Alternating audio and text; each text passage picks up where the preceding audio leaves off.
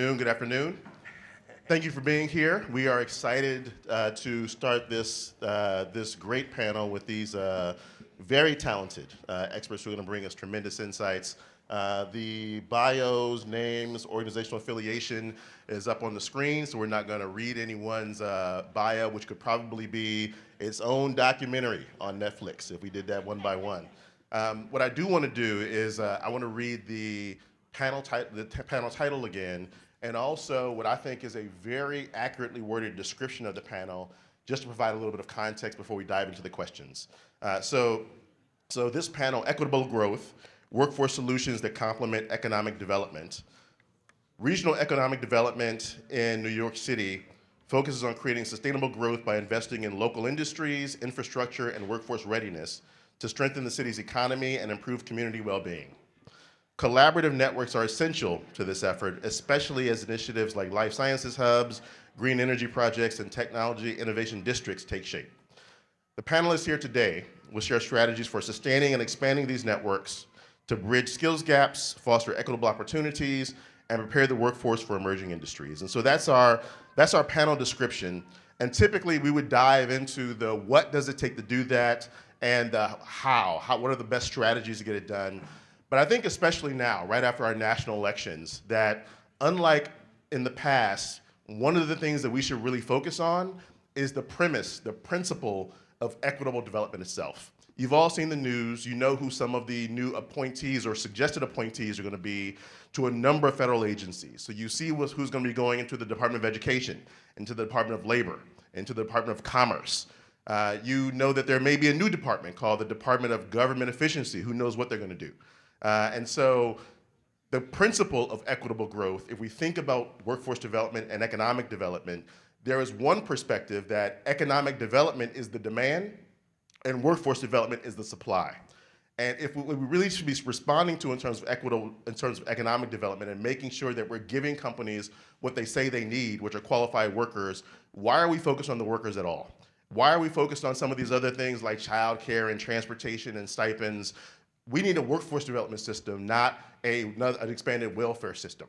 And so this is one perspective that's out there. And so from a devil's advocate approach, what I'd like to do to my panel is talk about why do we need equitable growth in the first place as it relates to economic development and workforce development. And I'm going to start all the way on the end with the Brooklyn Borough president, who I'm sure has a few different ideas about why we need equitable growth in the community. Yeah, well, thank you so much. I do want to say, Diallo could just run the whole panel.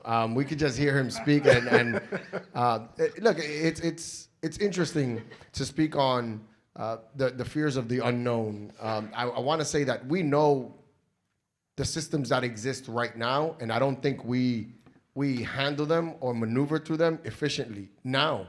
I think we fall short on a lot of parts of it. A new world that'll come in is going to bring us new challenges that I'm very concerned about. Right now, I think the biggest issue we have to the equitable workforce solutions is it's going to sound weird, but it's just like the non-for-profit industrial complex situation. The federal government is going to come through with a lot of funding, let's say, for one type of work, and we're all going to just do that type of work because that's where the money is. And that type of work doesn't necessarily provide the solutions that we need to ensure that we have a strong workforce for the needs of the industries that exist in our city. And I wish we could move away from that in some way. And I would say that in that way, government actually gets in the way of the solutions that we need. Because if we are doing, and we're talking about solar panels and doing the green jobs in the city of New York, I feel like we know exactly what we need to do to make that happen, to provide a valuable workforce. And that actually these government contracts limit our ability to be thoughtful and creative or more efficient is to providing the right workforce for that job. And wish that the market could control that a little better and that we just adjust to the market. And the problem that we have then there is just that the market doesn't want to spend any money on providing valuable workforce development or not enough of that money. And the equitable part of it is that the people that won't get those jobs if the government is not involved are the people that need it most, which tends to be black and brown poor people from our city. So I would just say that the unknown is scary, but I do want to say that what we do know, we haven't been doing a great job either.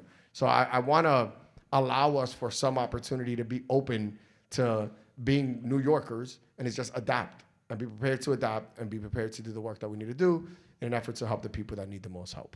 Thank you. And Celeste, I saw you pick up your mic if you want to dive in next. Oh, I didn't. I wasn't actually volunteering, but okay.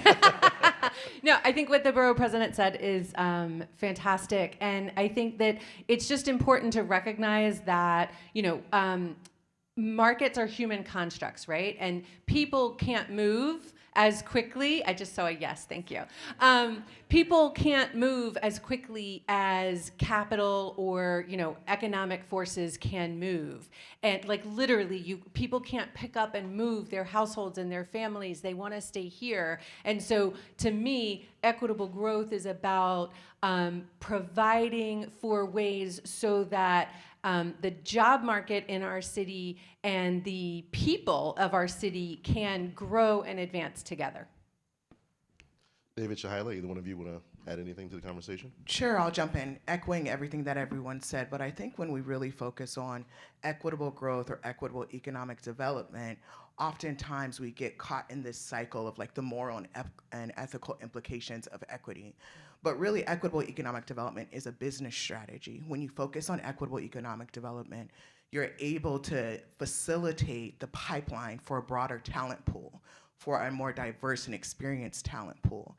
And one of the pieces at EDC is really focused on building business confidence. The way that you build business confidence is to ensure that the businesses have the labor force that's necessary in order for them to operate and succeed. And so that's really one of the most important things when it comes to equitable economic development, is that you're creating the pipeline necessary for these businesses to move on to the next step. And I think as it relates to like the political climate, I'll say the same thing here that I said to my team after the election. We're going to stay the course.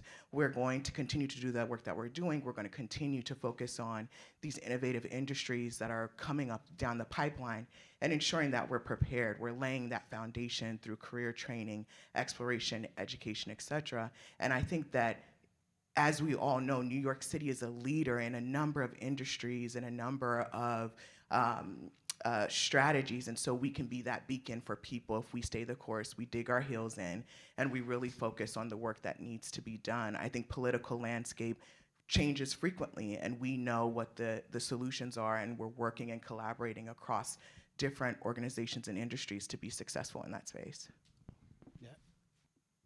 Thank you. Of course, I agree with a lot of what has been said.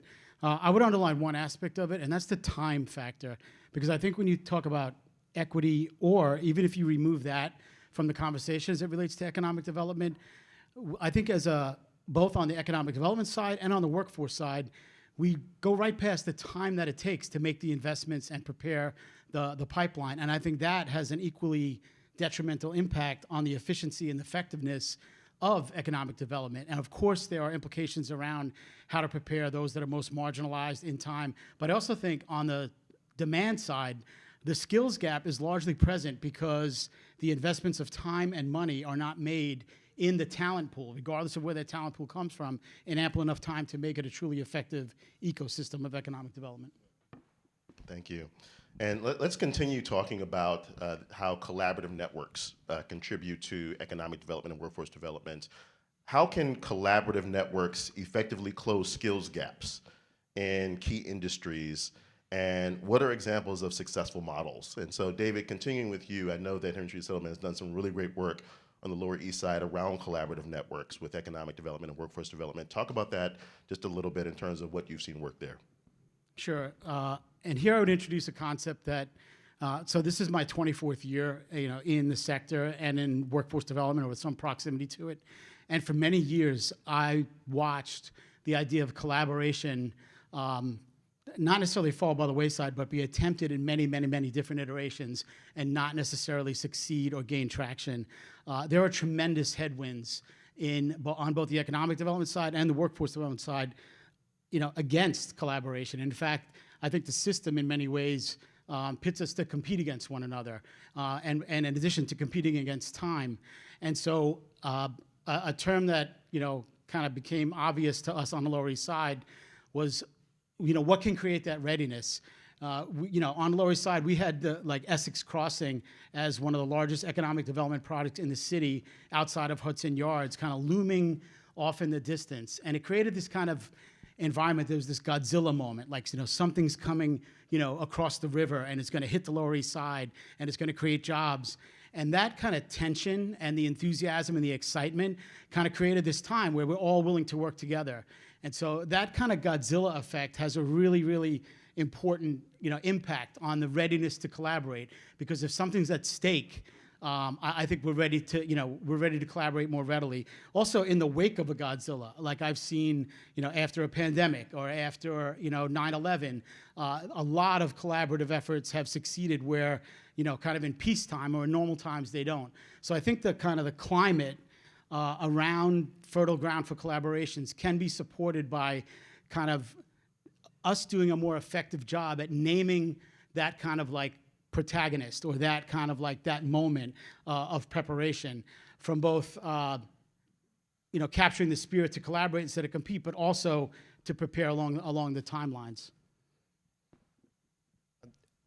And speaking to that, I just want to also echo your sentiment, but it's also about trust. I think we don't trust our workforce development partners enough to know what they're doing, to allow for them to prepare the workforce for the economic development that we're talking about. I guess the collaboration is hard to do when a company can't come to you and say, I need this type of worker, because it's like, we don't get paid for that type of worker. We get paid for this type of worker. So that's what I can give you. And just allowing them the flexibility, trusting the workforce arm of our city to then feed the economic development, I think it would happen more naturally.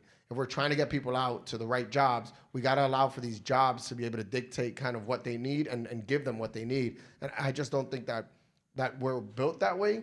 So then the companies or the economic development opportunities kind of fall to the wayside with these workforce development groups and go do their own work and find their own people without that don't speak to equity again and that don't speak to collaboration. They do their own thing. They go into Indeed and they go into all these websites and they find their people instead of coming to us, because we're not preparing the workers for the jobs that they need, for the jobs that exist.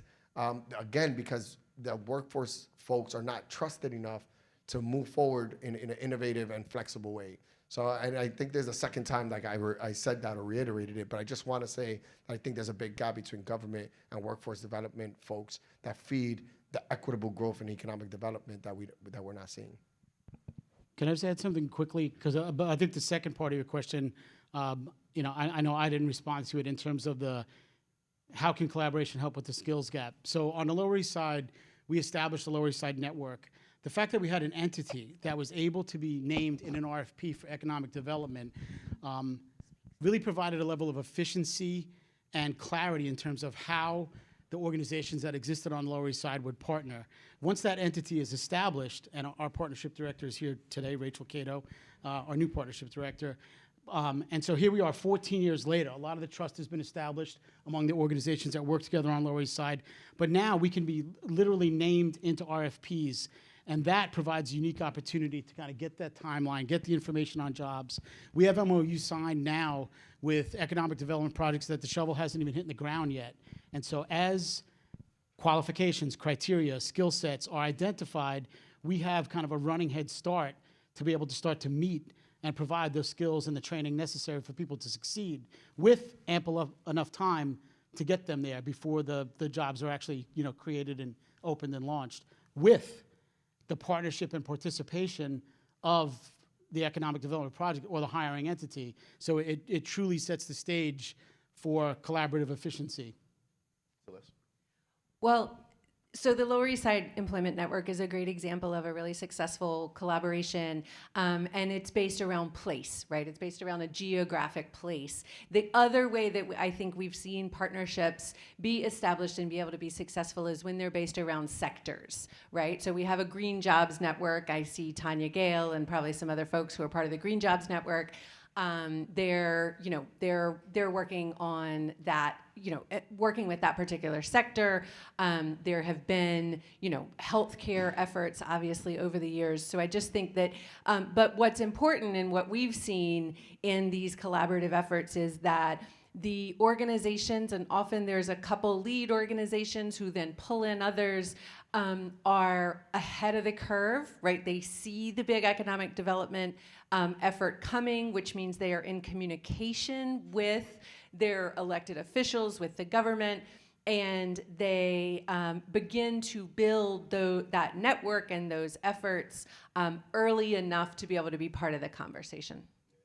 Shehila, we've been talking about collaborative networks, but EDC, some of the work you've been leading over there also deals with inclusive networks. I wonder if you could talk a little bit about that as well. Yeah, I think one of the pieces as we talk about skills gaps, et cetera, it really centers around and focusing in on inclusive networks, it really centers around a breakdown in communication by provider, by government agency, and the connection to private sector. And I think as we talk about inclusive networks, one of the spaces where EDC has really pivoted to make sure that we are able to utilize the resources available is really focusing on rebuilding relationships and partnerships. So EDC is facilitating at the end of this month 2 economic mobility networks. We'll be releasing an RFP focused on the Sunset Park area and also Hunts Point. But well before this point, we spent time working with someone who's present now, Abby Jo Siegel, in Talent and Workforce with SBS, bringing them to the table. We even spent time with Greg Morris talking through these ideas, and I think that's where it begins. We've spent time with community boards. We've gone out and really tried to create an opportunity for EDC to be present and have our ears to the ground about what's necessary. And so in our inclusive networks, we're making sure that government providers are present, NYCEDC, Talent and Workforce, et cetera. But we're also making sure that private sector businesses are involved, that CBOs are involved. And the session before really talked about like childcare, et cetera. So we're trying to make this a more unique approach so that there are wraparound services that are able to support the pipeline as they come in. And these inclusive networks give us an opportunity to do a number of things, but one, as David mentioned, there is a one point of contact for private sector businesses, for government agencies. Everyone knows who they need to go to in this particular community as it relates to place-based strategies. Everyone knows who they need to go to get connected. And as we work together, we're able to understand the trends that are coming down the pipeline, where there's deficit, and so that we're not caught in a situation where we don't have the actual workforce trained. And as David mentioned, that takes time. We're being able to anticipate the needs through these inclusive networks. So I think there's a lot of, we love to say the word collaborative and like breaking down silos, and it all sounds really good to people, but that takes a lot of intentional work and engagement. And it also takes these individual entities to stop functioning with the scarcity mentality and really pooling together their resources so that they have a really strong and sustainable impact on the community. And this really also gives them the opportunity to advocate for family sustaining wages rather than just trying to create these numbers of placement that aren't sustainable. When you go back 2 years later, these people aren't in jobs anymore because of one reason or another. And so these networks, these inclusive networks, really create the opportunity to follow through with the workforce, but also follow through with the employers to anticipate the business need. And that's what builds these longer sustainable communities. No, thank you very much. And so this idea of sustainable communities and collaborative networks, I think is critical, especially when we want to continue breaking down these silos. We often talk about the public sector as if it's one thing, or New York City government as if it's one thing. City Hall is obviously the central government in New York City, but because there are so many city agencies, this is really a network within itself. And so this follow-up question actually is going to go to the Brooklyn Borough President, because as the Borough President of Brooklyn, we know that as it relates to dealing with city agencies, sometimes you have to deal with competing priorities. And so as it relates to a political priority and funding mechanisms that say, we want to create more jobs in this particular location, and another agency may say, we want to create more housing in this location. And how do you work on balancing some of these needs to determine which are complementary, which are competing, to ensure that you receive the resources that your Brooklyn residents need as it relates to workforce development and jobs? Absolutely. Actually, we have an example of that, or is the Brooklyn Army Terminal right now. It's a space that has been underfunded, neglected by the state government, which is another government entity, a state government. And New York City recently acquired the site and is looking to put forth a master plan as to what to do with that site. We have a lot of issues in Brooklyn, but in the city of New York, when it comes to traffic, for example. Right now, about 30% of trucks moving through our city are actually just moving through our city. They're not actually delivering in our city. Is there another way to get those trucks off of our streets and allow them to move north to south without having to go through the BQE, for example? And this Blue Highway idea is an opportunity to do just that. Also, about 90% of the work that happens related to our ports is happening in New Jersey to the Port Authority. And they're at capacity over there while we have a space that sits empty for the most part in the Brooklyn Army Terminal. So we can solve for that issue, relieve New Jersey's, or the Port Authority portion of the New Jersey side, relieve some of that by allowing for folks to come to Brooklyn. We have issues with refrigeration and lack of that infrastructure in Brooklyn. We can build that out and just make it a very active space. But the city also has another very important priority that it needs to set forth, which is housing. We need to build a ton of it. We are in a crisis. We have a significant low vacancy rate, so folks just can't find housing in the city of New York.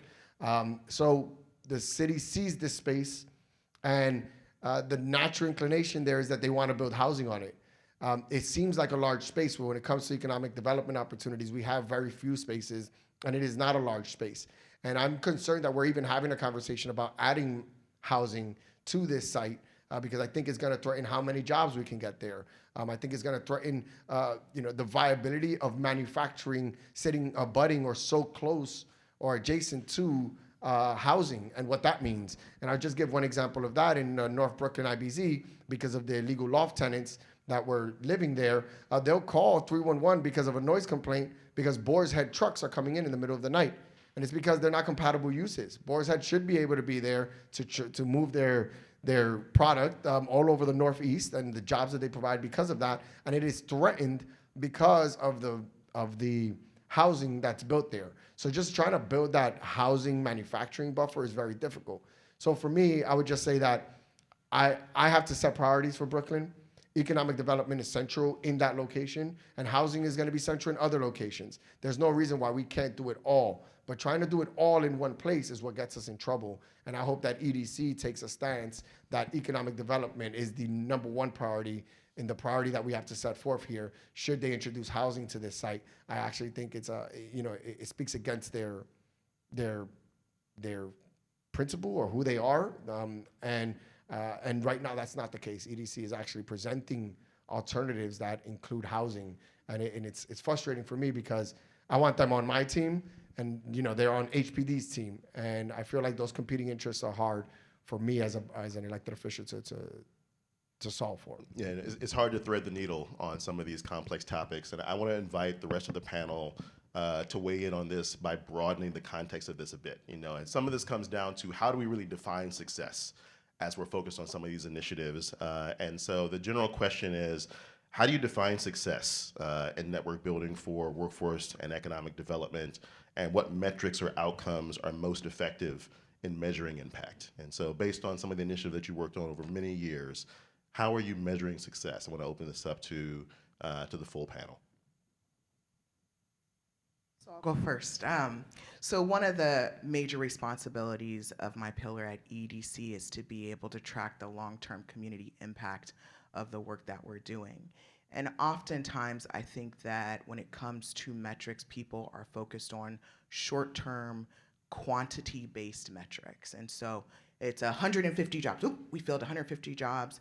We're successful. But really, when it comes to impact, you have to be able to measure the long-term sustainability of your efforts.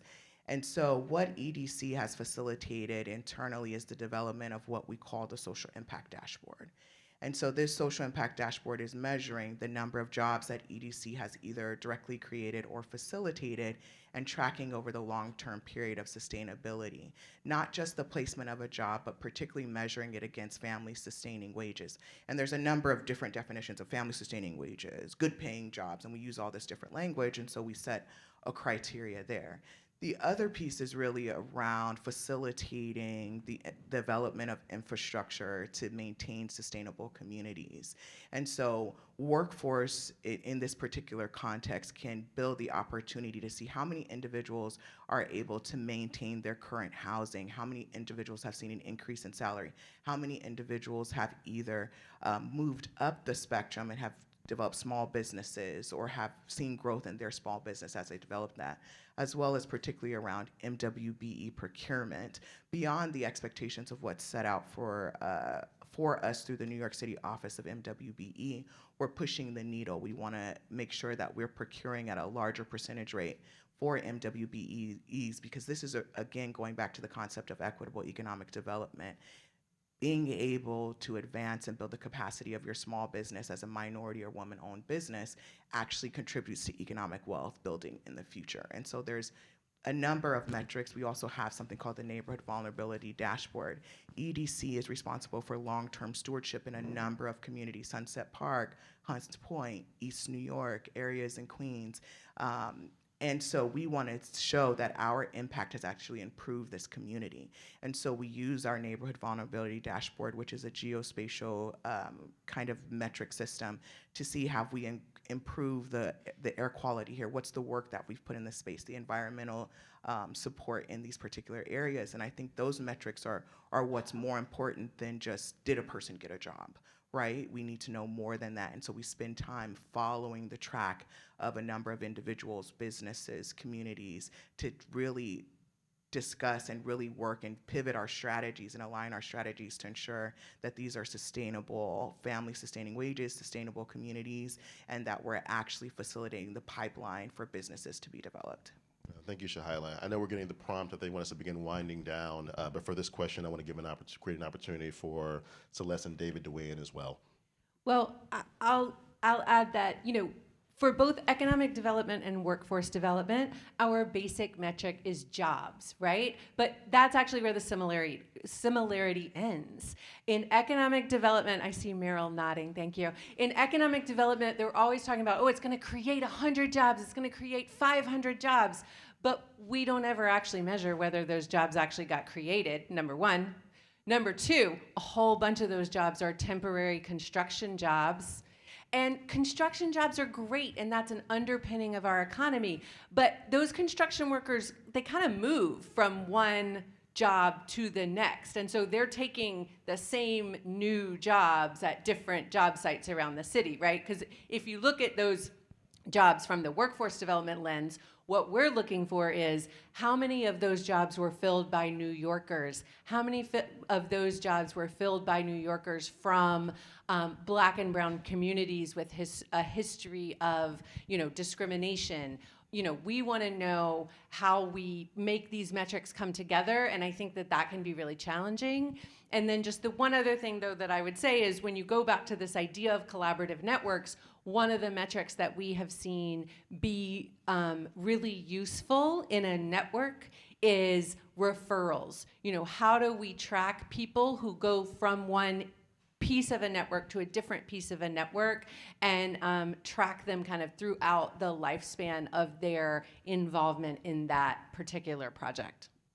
Yeah, and I agree with both of the perspectives that were just shared on this. I also have to say I'm somewhat conflicted in response to this because, of course, if we all have the capacity to develop neighborhood vulnerability indices, as a settlement house, we look at the social determinants of health. We look at health, transportation, education, housing, collectively with all of the people that we serve. And of course, in workforce, we look at all these data points with respect to wages, job placement, et cetera. But as a workforce provider, we have very, very limited capacity to do so in a way that's kind of inclusive and efficient. And I do think that, I'm a firm believer in if you're not measuring something, you're not managing something. But I'm also a firm believer, and it hits a point of diminishing returns. If you're forever chasing data and there's enough evidence-based research out there to know that the component parts work and the alignment can be achieved to kind of let it rock and roll and don't get a data fatigue if the systems aren't there to support it. Like if the investment isn't made in the data mechanisms, and as someone, with kind of the time frame in the field that I've been in, I've seen so many data collection systems and benchmarking projects come and go. If we only had the resources that were poured into each one of those efforts over the last 25 years back on the table today, we'd be in a great position. I think sometimes things align and you just kind of let it rock. Like right now we're looking at, Celeste mentioned like sector-based approaches and place-based approaches. Sometimes that Godzilla moment can be like legislative. We have local law 97 coming into play right now. It's going to change the regulatory landscape of the way buildings like manage themselves, measure sustainability, measure efficiency, look at the green aspects. Right now, we have a partnership with a training provider called Stacks and Jewels. We happen to have a train and earn program that's going to couple with that. This thing is ready to like rock and roll. We're going to have hundreds of internships over the next 6 years. It's a long-term program. The resource we're putting, this is going to work, and it's also going to work in a way that we have the capacity to create an on-ramp to the bridge program because we have the time to work. So all these components that we've talked about from through the prismatic equity lens are all at play. And so let's not like let it hit a point of diminishing returns and measure responsibly at each stage, but not to a point where we are overextended in our ability to do so. Thank you very much. We're going to take, I think we have time for one question. And the question at the top, I think that we touched on this a bit at the beginning of the discussion, but just giving the panel an opportunity to weigh in again. How prepared are these economic solutions to withstand the changes of the new administration? So a little bit of this is some of the guesswork, a little bit fear-based. Antonio, I want to go down there because you set the stage for this early on in terms of how you think we should consider how some of the changes will impact our system. Yeah, I'm not too worried. I really think if we want to do it, we can do it. I think it's political will. So I come from politics. Obviously, I'm a government representative or elected official. So for me, it's a little different. I think we could do whatever we want if we have the political will to do it. No matter what comes down, we can adapt. We have a full-fledged agency in EDC that has very talented people that can figure out whatever problems we have, solutions to it. We have workforce folks. We have people that are the participants that are receiving these resources.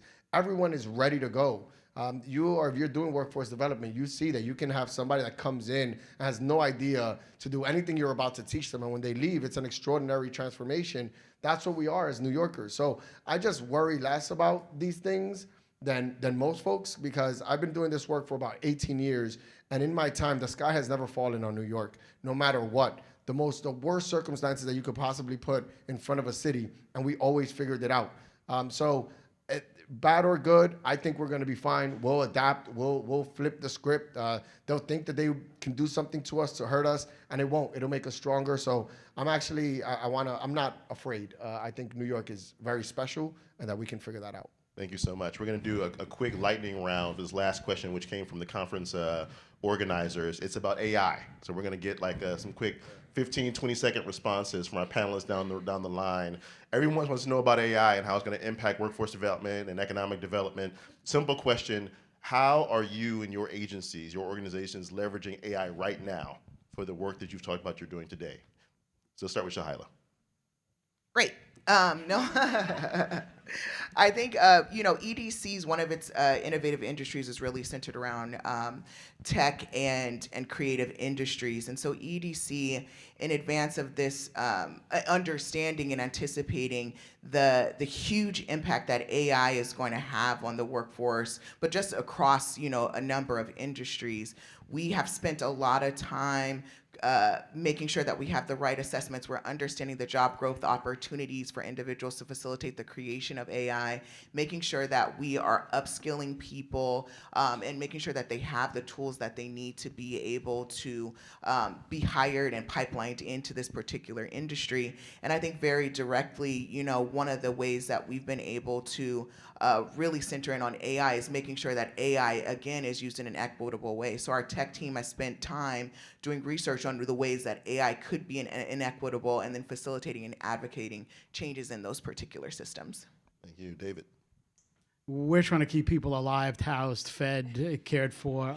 We certainly plugged into some conversations about AI, but I'd have to chat GPT this to get a more erudite response. So, we're just kind of like, we're just emptying the ocean of poverty. We're emptying the ocean of poverty with a thimble while somebody smacks us in the elbow and yell at us we're not doing it right. So we'll respond. And I think that's the position a lot of us are in right now. Yeah. Building on that, I think what we've seen over the years, and I think we've already all been thinking about this, right, is that especially coming out of the pandemic, we need to make sure our participants have basic digital literacy skills first, because even folks who are working counter prep jobs, right? Like years ago, they had to learn how to use cash registers. Now they've got to learn how to interact with, AI-enabled ordering systems just to work at, Dig or Burger King, even if those aren't, the jobs we necessarily want our folks to be in long term. So I think basic digital literacy for so many of our participants is still the baseline we need to meet.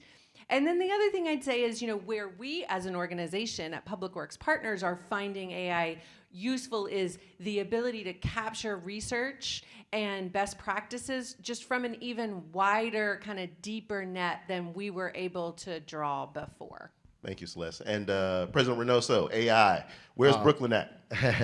In my office, if you use AI, you get fired. No. I want to be honest. I think a lot of people think like AI is cheating in some places. It makes it uncomfortable for folks to like try to take on and learn. And I disagree. I feel like you should, if it's innovation, you should use it. I think where we might have an opportunity to use it in Borough Hall or in our city is reporting. I am so sick of reporting. Not because it's not good, but because it's so taxing. I get this. My wife is a mental health therapist, and she does 50% of her work is actually helping people, and then the other 50% is doing paperwork to submit. And she uses AI now, and it's cut down by like 50%. So she says now 25% of her work is inputting work because she has some system that she's been able to use to report better. I would say it would, especially in the workforce world, the amount of reporting you have to do this to the city is unbelievable. I think it could help us in that one. And then research. I have policy analysts in my office that I give them way too much work to do, and I can only imagine them having to review all that. You just plug in a prompt, and AI does an amazing job of being able to get you as much data and information in a consolidated way that I think is valuable. My main thing is just empowering people to use it, don't be afraid of it. Right now, the city of New York has very strict guidelines on how you use it. I'm not too concerned about those guidelines. Use it, have fun with it. If they don't let you use it, don't tell them. That's all. But that's where Brooklyn's at. Yeah, but reporting is mostly what I think the value of it is going to be. No, thank you so much. Let's give this panel a round of applause. Thank you. That wraps up our time. I think you have a few minutes before your next session starts. Thank you very much for being here.